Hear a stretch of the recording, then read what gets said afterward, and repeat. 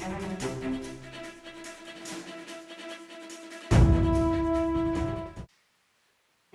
bienvenue dans cette nouvelle vidéo. Alors, nous allons continuer sur le thème des déplacements, mais aujourd'hui nous allons aborder un pas essentiel en Wing Chun. C'est-à-dire le pas... Oui. Est-ce que vous auriez l'heure, s'il vous plaît? Oui. Alors, il est Passe ta montre, midi 45. Donc nous allons parler des 45. Tu serais pas un peu con, lui?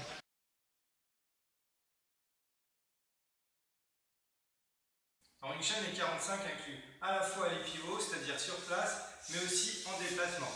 Donc nous allons aborder ces deux cas de figure en commençant par les pivots.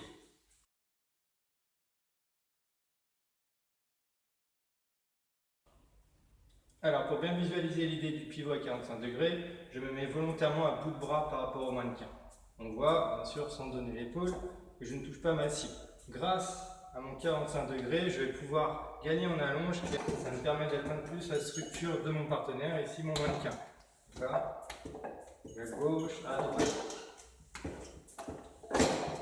Les points clés importants quand on fait notre pivot, c'est déjà changer d'axe et ensuite pointer nos genoux et nos coudes dans la direction de notre partenaire.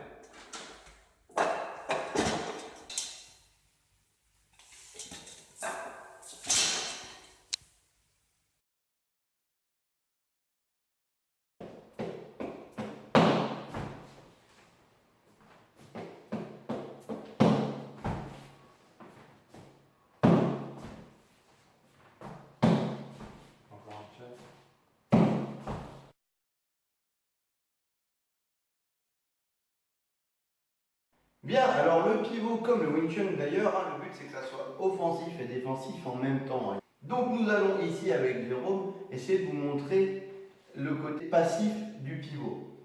Quand quelqu'un m'attaque, le but du pivot, ça va être de sortir de la ligne de force de mon adversaire. D'accord? Maintenant, dès que l'attaque arrive, je vais sortir mes bras avec ma structure, ma cale, ma pression. Et quand la personne force sur moi pour rentrer, je sors de l'axe de sa force pour rediriger la force qu'il m'a donnée sur lui. Alors maintenant, pour vous corriger dans vos pivots, ce qui est très important de comprendre, une fois que l'adversaire est rentré sur vous, si je ne bouge pas, ma ligne centrale doit être sur son axe vertical à la fin de mon pivot. De même que je dois pouvoir faire mon Sunim Tao. C'est-à-dire que si je finis comme ça, avec un bras là et un bras là, mon axe tourné vers la caméra, mon pivot n'est pas bon du tout. Dernière chose, le pivot n'est pas, le 45 degrés n'est pas un angle fixe. On ne doit pas toujours être à 45 degrés. Ça va dépendre en fait exactement de notre adversaire. Plus notre adversaire rentre, plus je pivote. Moins il rentre, moins je pivote. Donc ça c'est très très important. Le but c'est de ne pas toujours être à 45 degrés. C'est bien de sentir la manière dont est rentré notre adversaire pour adapter notre pivot. Et à chaque fois, on doit pouvoir vérifier que notre ligne centrale est tournée sur son axe vertical. Dernière info, parce que ça fait très lourd, je couperai sûrement au montage plein de trucs, je vous le dis. Le retour, le pivot a deux temps au final, chose très rare. Un temps où j'ai emmagasiné son énergie, je l'ai détourné, je l'ai renvoyé sur lui. Et le deuxième temps, le retour du pivot. C'est vraiment un ressort qu'on tord et qui se relâche dès que la pression en face a cédé. Voilà, j'espère que vous avez bien compris l'idée du pivot. On va maintenant vous donner des petits exercices pour le travailler au mieux et on verra plus tard les déplacements.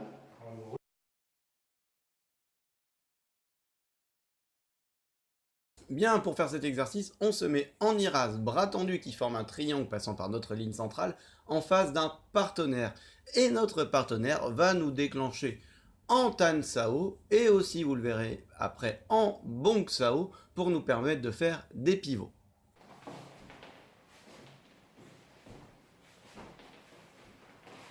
Allez, bon. Ce qui est important, c'est que notre ligne centrale finisse sur l'axe vertical de notre adversaire. Donc, je vais le faire faux, vous allez voir la différence. Je pivote bien, mais on n'est pas du tout sur l'axe vertical de notre adversaire.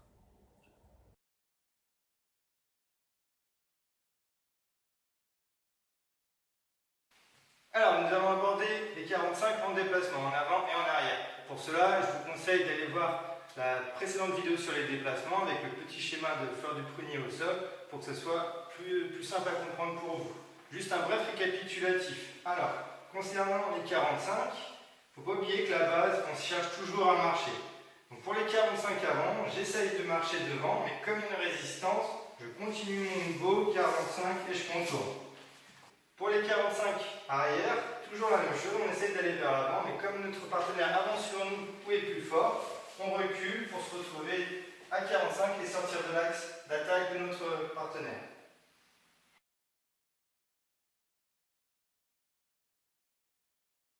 Voilà, alors pour faire cet exercice, vous posez 2 bâtons par terre de la largeur de votre riras. Comme vous pouvez le voir, Jérôme est en train de faire un premier type de pas à 45 en avançant. Et sur l'écran à côté, vous voyez une application qui illustre ce pas. Ne vous inquiétez pas, l'application sera expliquée plus tard, aucun souci. Maintenant, Jérôme va vous montrer un autre type de pas à 45. Comme vous pouvez le voir, il sort entièrement des rails pour y re-rentrer. Et dans le petit écran juste à côté, vous retrouverez aussi une application qui démontre l'utilité de ce pas.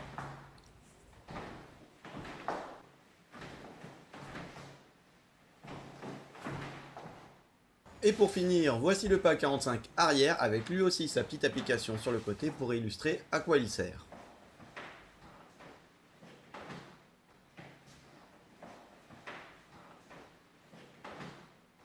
Voilà, alors on va montrer différentes applications pour travailler tous les pas qu'on a vus, donc c'est-à-dire les 2 types de pas 45 avant quand on était dans les rails, ceux qui étaient à l'intérieur des rails et ceux qui sortaient des rails, et le pas 45 arrière. Alors, pour travailler notre pas avant à l'intérieur des rails, Jérôme va se mettre en garde et moi je vais venir travailler l'idée de rentrer. C'est moi qui viens rentrer dans sa garde. Alors là, ce qui est important de comprendre, c'est que c'est vraiment mon pivot avec mon pas à 45 qui vont me permettre de faire ça. Si Jérôme se durcit, c'est en aucun cas mon bras qui va le faire travailler, surtout qu'il a un gabarit au-dessus de moi. Donc je vais devoir vraiment mettre ma structure pour lui le déstructurer et travailler avec mon pas et mes connexions à 45. Maintenant, pour travailler le pas où on sort entièrement de l'axe, c'est face à une attaque, je viens sortir et comme dans le travail avec les rails, je re-rentre à l'intérieur pour prendre la structure de mon adversaire. C'est toujours pareil, la frappe, c'est en plus. Notre frappe, elle doit venir prendre la structure. Si on frappe sans prendre la structure, ça n'a pas d'intérêt. Et le troisième pas, le pas à 45 arrière. Cette fois, je vais lancer un paxao ou autre, un bras, pour prendre appui sur mon adversaire.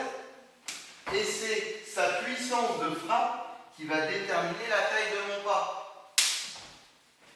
Plus l'adversaire frappe fort ou pas fort, plus je vais aller loin. C'est à la sensation. Donc c'est très important, on peut être les yeux fermés, il fait exprès de taper dans le main, et suivant comment ça tape, je vais reculer plus ou moins loin. Vous voyez là, c'est vraiment des tout petits pas. Hein, là c'est plus gros. Après que ça soit beau ou pas quand on le fait de fermer, c'est pas grave. L'important c'est que votre barrière, comme vos pivots, dépendent de votre adversaire. Voilà.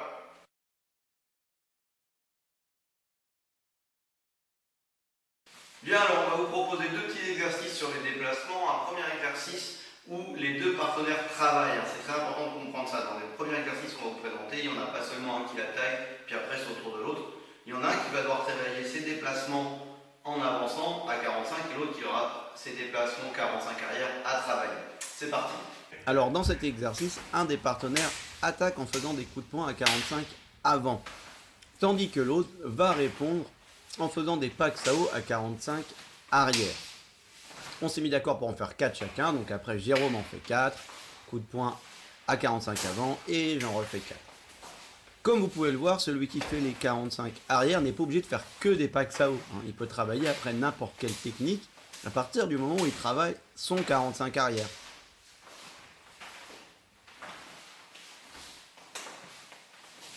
Comme vous pouvez le voir, avec un bâton, j'attaque Jérôme sur sa ligne centrale. Celui-ci se déplace en faisant des pas à 45 arrière, ce qui le force à chaque fois à sortir de l'axe. Maintenant, je fais la même chose, sauf que Jérôme va avancer en faisant des 45 avant, donc ce qui le force à sortir de l'axe et à re-rentrer dessus. Voilà, cette deuxième vidéo sur le déplacement touche à sa fin, on espère qu'elle vous a plu. N'oubliez pas qu'on a ouvert une nouvelle playlist, les comptoirs du Wing Chun, dans lequel on essaye de répondre au mieux aux questions que vous vous posez. Donc surtout, n'hésitez pas à nous envoyer des commentaires pour nous dire quel thème vous aimeriez qu'on aborde et on essaiera de les répondre au plus vite dans ces petites vidéos. Sur ce, on vous dit à la prochaine. Salut, à la prochaine.